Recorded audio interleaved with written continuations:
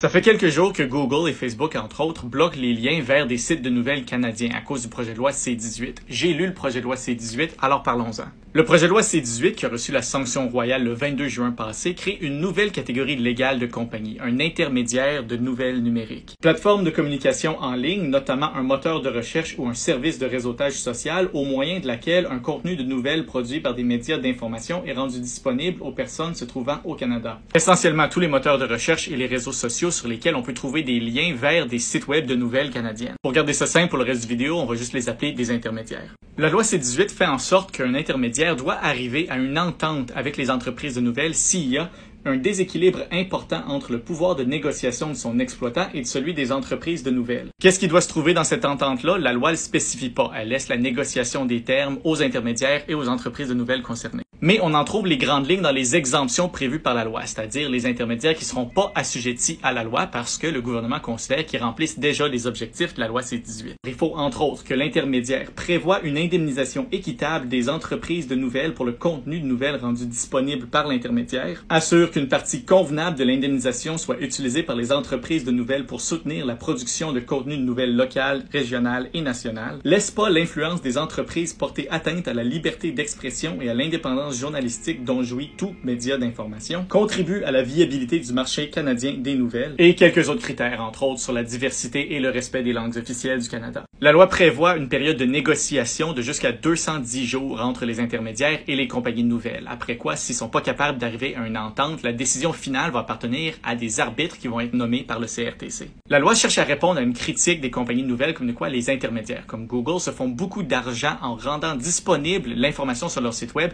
sans nécessairement que les usagers se rendent sur les sites web de nouvelles. Essentiellement, qu'une personne sur Google ou Facebook peut voir une manchette de nouvelles et un petit extrait de la page de nouvelles sans cliquer sur la page et continuer à rester sur Facebook ou Google. Ça fait en sorte que c'est Google et Facebook qui gardent l'argent publicitaire lié à cet usager-là parce que l'usager reste sur leur plateforme plutôt qu'aller sur le site web de nouvelles. Et ça, même si c'est le site web de nouvelles qui a fourni l'information qui intéressait l'usager. La loi C-18 va obliger les intermédiaires comme Google et Facebook à s'entendre avec les sites de nouvelles sur une distribution équitable de l'argent généré pour l'information. La loi C-18 ressemble beaucoup au processus de négociation syndicale obligatoire entre les employeurs et leurs employés. En particulier parce que les compagnies de nouvelles doivent négocier leur entente collectivement avec l'intermédiaire et l'entente va s'appliquer aux futures compagnies de nouvelles qui vont s'ajouter aussi. Alors ce qu'on voit maintenant de Google et Facebook, ça ressemble beaucoup à un moyen de pression qui s'apparente à un lockout. Les négociations entre les intermédiaires, les compagnies de nouvelles et le gouvernement sont sûrement pas finies.